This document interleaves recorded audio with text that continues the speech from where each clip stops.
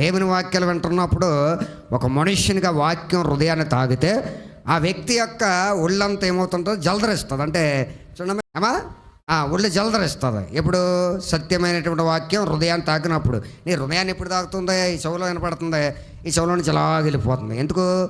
హృదయంలోకి రావట్లేదు. ఎందుకంటే హృదయంలో వేరేది ఉంది. ఈ హృదయంలో వేరేది ఉన్నప్పుడు దేవుని వాక్యం హృదయంలోకి ఎందుకు వెళ్తుంది?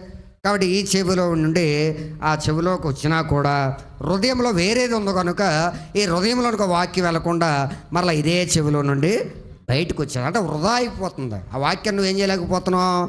స్వీకరించలేకపోతున్నావు. ఎందుకు స్వీకరించలేకపోతున్నావు? హృదయమందు నీ తలంపులు అధికమైనవి, హృదయమందు నీ ఆలోచనలు ఎక్కువైపోయాయి. ఏంటవి? లోకానుసారమైనవి. నీ జీవితాన్ని బాగు చేసేవా? నీ జీవితాన్ని ఉపయోగపడేవా? కాదు. నీ జీవితాన్ని సర్వనాశనం చేసేవి. మరి నీ జీవితానికి ఉపయోగపడేది ఏంటి? నీ జీవితాన్ని సరి చేసేది ఏంటి? నీ జీవితాన్ని